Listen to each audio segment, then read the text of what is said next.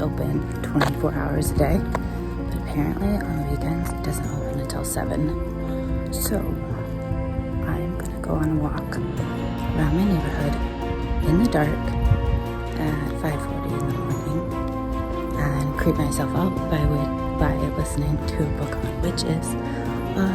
And then I will join the reading sprints before I go to church and work today.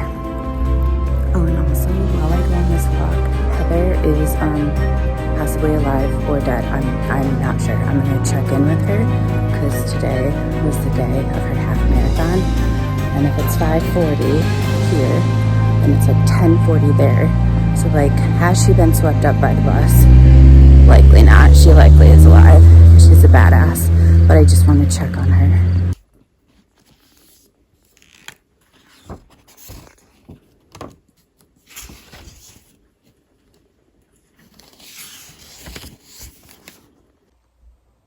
Holy shit!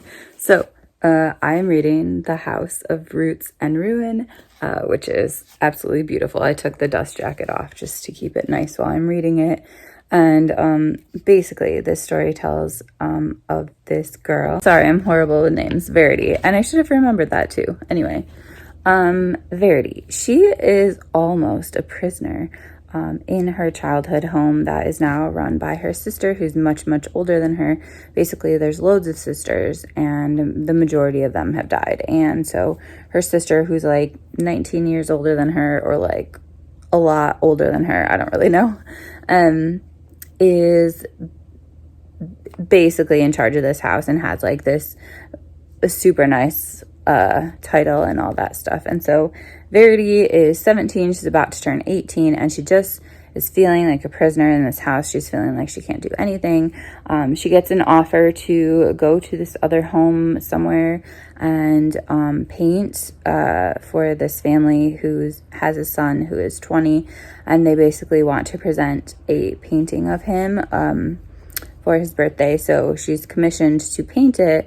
However, her sister won't let her go, and it made me really mad when she actually decided to listen to her sister and to not go. Like, girl, you do you. You do your own thing. You don't let your sister keep you prisoner. Anyway. I am at the end of chapter 5, and we have just learned why her sister wants to keep her safe in that house. And it was a moment in which a lot of words were shouted out loud, even though I am solo and it's like 7 in the morning in this apartment. I don't usually read YA, but I am into this book, and it just got real crazy real fast, and I am loving it. You guys, I'm at church obscenely early, because I thought first of all, I had to get gas, and then second of all, I thought the expressway was closed, but it's not, which is good. But now I'm gonna awkwardly sit in my car and read for 15 minutes until it's appropriate to go in and check to see that the readings I'm supposed to read are actually there up on the altar.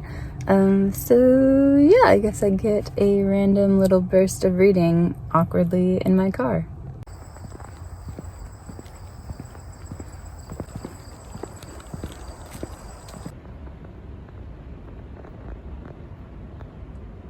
Okay, so apparently I'm supposed to feed Violet.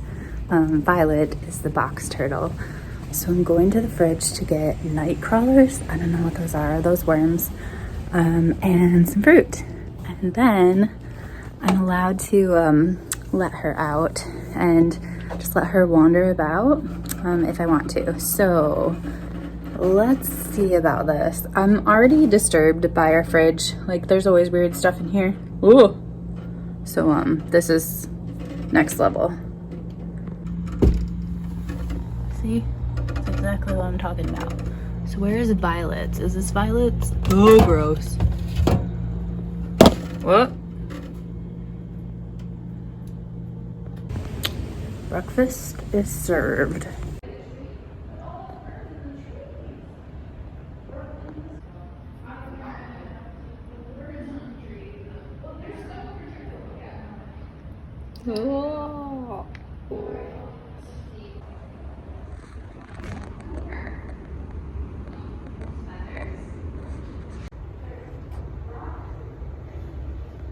You want that?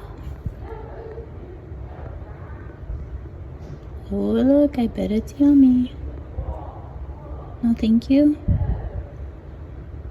Ooh, just whacked you in the head. Oh, are you scared of it? I would be scared of a worm too. Would you prefer fruit? Are you a vegan?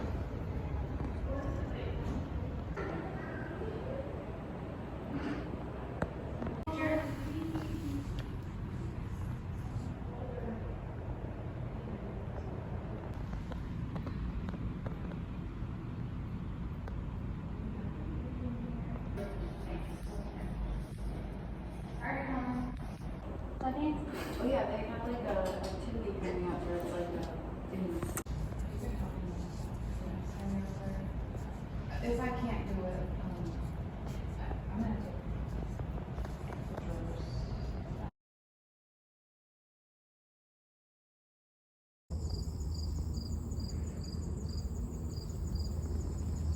Okay, so I have like an hour left to work and I finished this book. I don't know what to say about it because it's so twisty turny. So yeah, I think I already mentioned that like at the end of chapter 4 or chapter 5, there was like a major twist and you found out basically.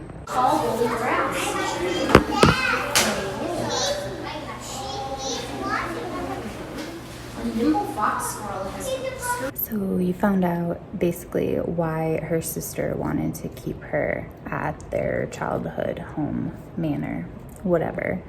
And then the book goes on from there. I'm not sure how much I can say, but I will say that there are loads of ghosts. Romance. The romance was mostly cringe the entire time, but was slightly better at the end. It is YA, so you're not gonna get too much steam.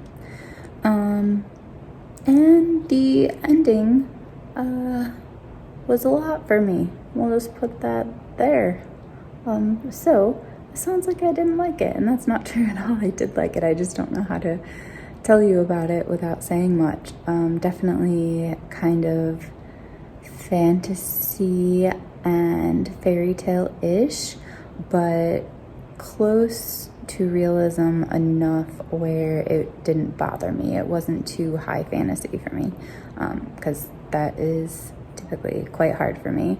Loads of flower references, and so if you know anything about like the meanings of different flowers, this book might be really interesting to you, and you might be able to like pick up on things sooner than I did.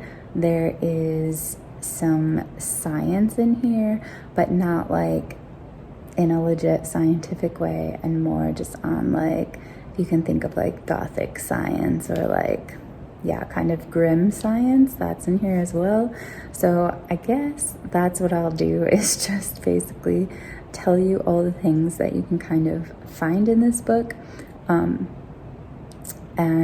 yeah, overall I gave it 4 stars, and I definitely will read other books by this author, especially since she basically is like practically in my neighborhood. Anyway, so I'm gonna start a new vlog here because I'm doing 1 vlog per book, and the next book that I will be starting, well, I have already started, is Ray Bradbury's Something Wicked This Way Comes. And yeah, I have more I want to say about that, but I'll just hold off until I start the next vlog in like literally 2 seconds. Okay, wait, don't go yet. So there are 2 other things that I wanted to say. The first is that there is LGBTQ rep in here, just slightly, just like a reference, like not a big deal. However, I do think the main character is demisexual. So please read this book and then let me know what you think, because I'm convinced that she is. In addition, there is also disability rep in here, but I'm not sure if it's like legit or not, like, because I'm not a disabled person, it's hard for me to judge if it was well done or not. There's definitely a lot of negative things that the characters say about the person with disabilities, but I don't think that the person with disabilities ever like has any negative feelings about himself in that way. So I think that's good, but again, it's hard for me to comment on it since I am not somebody with disabilities.